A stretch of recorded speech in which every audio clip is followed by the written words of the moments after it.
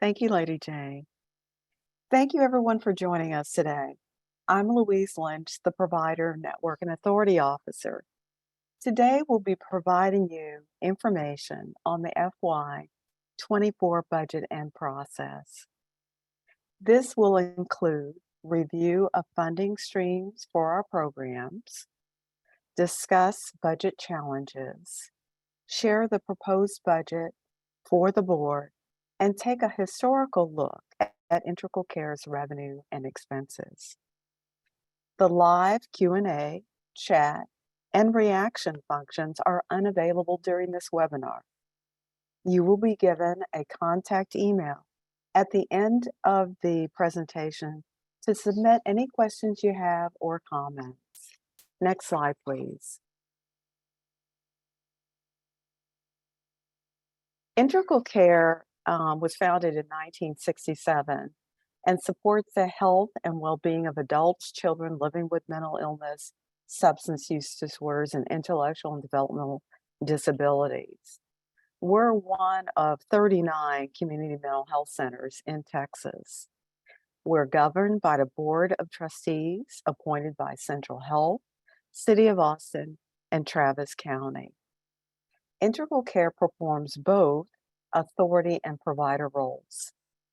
So as a provider, Integral Care provides services, and as an authority, we also contract for the provision of those high-quality community-based behavioral health and intellectual services in our county. Integral Care provides services directly and through a network. Next slide, please. Dawn.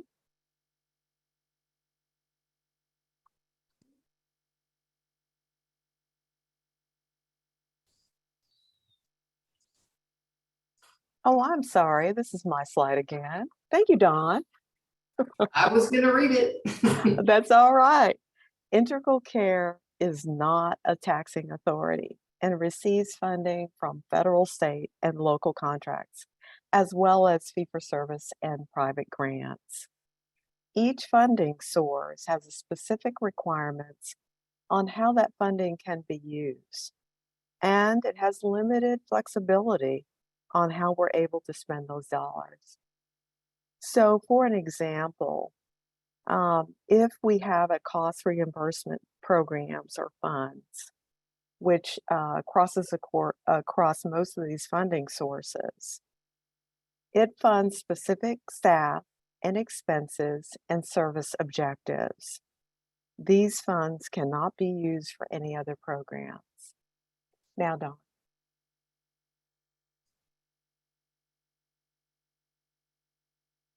Good afternoon, and thank you for joining this budget discussion. I'm Dawn Hanley. I'm the Chief Operations Officer here at Integral Care. So Integral Care's budget operationalizes our fiscal year 23-25 strategic plan. And the goals of the budget, or things that we focus on as we develop the budget, are meeting the needs of the community and the clients that we serve, looking for opportunities to innovate, meeting the goals of the business plan, and meeting requirements of our numerous funding sources.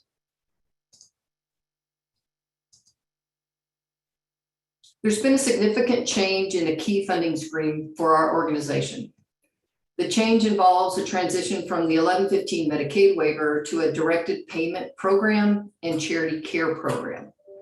The waiver helped us launch a variety of programs and innovate in ways we were not able to with our existing state funding. The structure of the waiver was much like a grant, where it supported whole programs like the extended mobile crisis outreach team that you might be familiar with.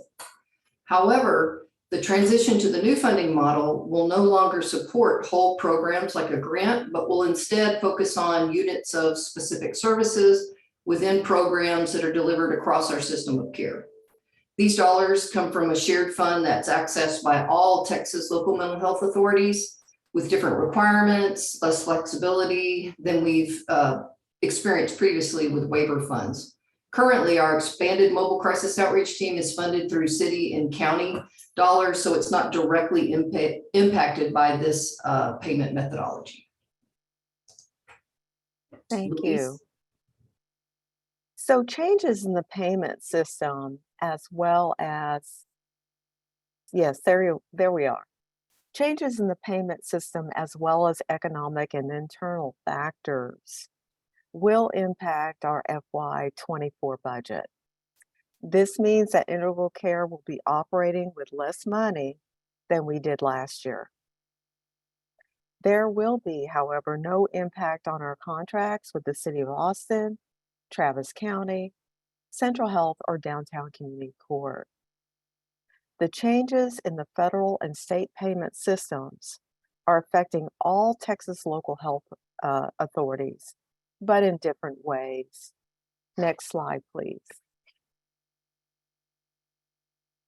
So our budget for FY24 is estimated to be 8 to 9 million less than our current FY23 budget. Here are some specific impacts. As Dawn was stating, DPP funds made quite a difference because the estimated number of services that Integral Care delivered was lower. Then the state DPP funds were also much lower than anticipated. Funds due are based on the estimated number of services that Integral Care provides. Integral Care just learned of this shortfall and its impact at our Texas Council conference, which is our trade association conference, the last week in June. So local mental health authorities also anticipated a proposed large investment in public mental health workforce from the 88th legislature session. This didn't materialize for urban centers. Instead, what we were able to receive in the biennium for the next couple of years is $400,000 per year for the next 2 years, as opposed to an anticipated $4 million. Next slide, Dawn. So this slide just gives you an idea of what that DPP payment methodology looks like, kind of how it works. What's most notable about this slide is really the first box and then the box that you see in red. Also of note is the state methodology involved in this process was based on a pre-COVID year. So HHSC models the DPP behavioral health services for the year based on Medicaid enrollment estimates, as well as geographic location and service estimates. So for FY22, Integral Care was predicted or forecasted to deliver 244,000 DPP units of service. Then the state will request IGT, or what's known as an intergovernmental transfer of funds from the local mental health authorities. For FY22, Integral Care submitted $3.7 million in IGT to the state. Then the state matches the IGT funds with federal dollars to make payments to managed care organizations based on that current Medicaid enrollment. So for FY22, that brings the statewide total to $118 million. Then the managed care companies begin to make lump sum monthly payments out to the LMHAs. And so for Integral Care in FY22, we received $6.4 million. At the fiscal year close, the state then reconciles or the actual service units of service that were delivered against the estimation or the prediction and the modeling they used at the beginning of the year. So for Integral Care, the actual service delivery was 100,000 units less than what the state predicted. So using this new calculation, the state instructs the managed care company to either pay or recoup the difference in those funds from the LMHAs. And for FY22, Integral Care had to pay back $1.6 million of the 6.4 that we had initially received. Next slide. DPP services will continue to be reconciled annually. So at present, the managed care companies are still making those FY23 lump sum payments based on that pre-COVID modeling estimate. Then for FY23, again, Integral Care will not know what that final settlement will be until the utilization of all of the local mental health authorities are compared to the model. And then it will determine what the payments will be, or the reconciliation will be. So Texas Council has requested a partial year FY23 data from all the centers to see if they can create an estimate for the centers to use so that we can anticipate any reconciliation and make changes ahead of the end of the year. Della? Good afternoon. My name is Della Thompson. I'm the Special Project Coordinator. And there's two charts that we would like to go over that to explain where we were, what changed significantly from FY22 to 23, and then 23 to 24. And these are based on the original approved board approved budgets. So this first one is from 22 to 23. The blue bars represent expense changes. The largest being 13,700,000 of increases of our salary, fringe, and travel for employees. And then the most other significant change was the 7.4 in capital outlay. And that was due to a renovation of a building we had recently purchased. And so in that increase was mainly, it was some new contracts, but it was also mainly due to a class comp study we had done with a consultant that was delivered in the beginning of June of 2022. So impacted the budget, that increased some different groups of salary along with a recommended 5% overall increase for cost of living. The funding for that increase was mainly in our new funding of DPP and CCP. DPP meaning the directed payment plan, and charity care pool CCP. So that was an increase of 10,700,000. And then the other major increase was in cost reimbursements, but these were, as Louise talked about, very specific to a program and to staffing expenses and whatever the requirement is to obtain the required metrics. And again, the funding for the capital outlay. The next slide, please. This is what we're recommending to the board for the FY24, the change from FY23. And again, the blue being the expenses that are projected from the original 2023 budget, not the current one. This explains the story further, what has changed versus the reconciliation of all the new contracts added in FY23. The biggest reduction aside from capital outlay is the 4 million proposed reduction in salary and fringe and travel. And this is, and again, we finished the renovation for our completion of the project for the building purchase. And then the major reduction that's been talked about is in $7 million for charity care pool. And there was a portion for the first year of charity care pool that allowed for a Medicaid loss ratio that is not included in the ongoing cost reports. And that amounted to $7 million.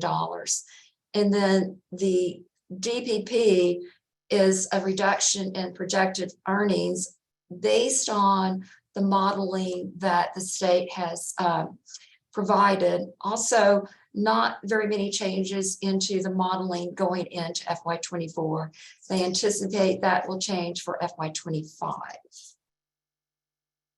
Next slide, please.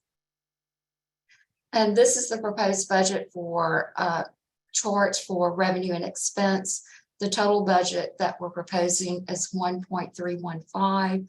As you can see, what is the largest part of our expenses, of course, is our staffing, added with our contract services of 20 million to the 90. You can see that's our largest part. And we've got, and that means very little in other areas of just required facility and other type of cost. And then our largest being the state of our 51 million of 39%. These other funding sources, especially with the city and county, include the interlocal agreement that matches the required match for our state performance contract. It also includes some special programs for cost reimbursement type programs that are awarded by the city and the county. Thank you.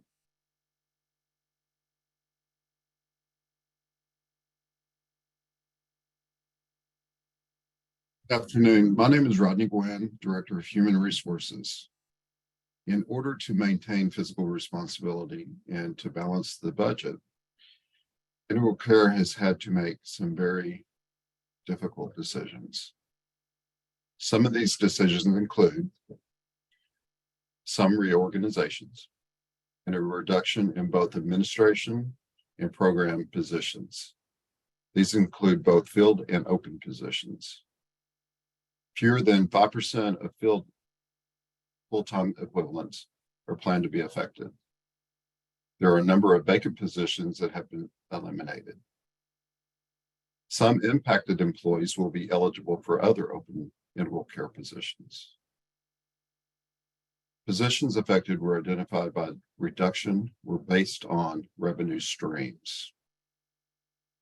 Impacted staff will be notified after the Board of Trustees approves the FY24 budget on August 31st, 2023. So looking ahead, Integral Care worked diligently to reduce the shortfall as much as possible. In addition to looking at new and existing funding streams, we also looked at ways to reduce administrative costs and more. We'll continue these efforts into the next year as well. We'll develop strategies to support our staff and meet the needs of our clients, and we'll work to maintain a balanced budget. This presentation provides you with some basic information about budget challenges for the next year and the impact to Integral Care program operations. I want to recognize that our agency is resilient and we are strong, and most importantly, I want to recognize our staff. They're the heart and soul of our organization, and together we'll continue to support each other. We're going to lean into this work, and we will prevail and be stronger for it. Thank you.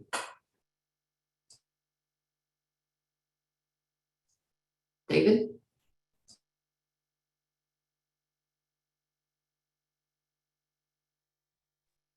Thank you, Dawn. David Evans, Chief Executive Officer for the Center. While you've heard some of the detail of the budget, and in fact, some of the requests that you've made to us is that we would dive a little deeper into some of the complexities that we face, I thought it would also be a good idea if we took a step back and looked at a 10-year overview of the annual budgets by fiscal year. The green bar shows a progressive increase in our operating budget. This is all of the revenue, the programs, and the expense against year-over-year budget that we've made without looking specifically at the other indicators on this chart, which is the 1115 waiver. You've heard us mention the capital outlay, and then this new Medicaid program that we continue to understand and apply, where we've had the greatest challenges, which is this directed payment program and charity care pool. So in addition to the representation of growth that we've gone through, I do want to note that the gold bars are year by year capital outlay. This is our planned expenditures regarding new buildings, technology, and one-time investments. You can see the bar in our current fiscal year that was referenced regarding the development and opening of the new St. John's facility. Next year, you can see that we're going to only make essential one-time investments in what we believe are important technology gaps that we're currently facing. The orange bar that runs across for at least 9 years of this last 10-year look is the 1115 waiver. Dawn talked about all the opportunities we had under some 13 projects and a substantial nearly $18 million a year opportunity that we enjoyed through that Medicaid waiver. It shows that this year, that waiver's come to an end. You see that the orange line that runs across that 10-year period drops off here in this current fiscal year. And of course, that program has ended. Green bar shows the promise and what we've looked at in the way of the new Medicaid replacement. However, was also clarified within that billing process and projections for next year. That's where that downward slope on the final year here, moving from our current fiscal year in the next year with the green line, shows the challenges that we're currently facing. I do believe that as an organization, you can visually see here our commitment to furthering our reach. While this is a growing, continuing challenge to meet the mental health needs of our growing community, we're committed to continue to look for, work with, and extend new resource development into this next year. It's been highlighted that Integral Care will continue to provide the essential services in our community. And we've gone through this process in which we've looked at some of the reductions that we've explained today, but in a way that our core services, and again, all of our local governmental contracts will stay in place and that will continue to meet those performance targets. As such, we're really committed as an organization to providing this high quality, person-centered care, continuing to serve children, adults in those areas of some of the most complex and severe mental illnesses, substance use disorder, and intellectual and developmental disabilities. I would echo what you've heard before, that we have a hardworking board of trustees, so we'll be looking at this budget proposal in a little over a week on August the 31st. And we'll make a final determination on budget approval on that evening. Also, we're going to continue to really recognize the hard frontline work that our staff do every day in meeting our mission, which is healthy living for everyone. In that way that we're very inclusive in our approaches. And again, I thank you for your attendance today and hearing an overview presented by our executive staff on where we're at today and where we are going into the future. So now I'm going to turn this back to Louise Lynch. And again, we value your participation, your questions and comments. Thank you. Thank you, David. And thanks everyone for joining us for this informational session regarding our budget for FY24. We'll be posting a recording of today's presentation. We welcome any questions or comments, and please reach out to the email address above. We'll respond in the coming weeks. Again, thank you for joining us.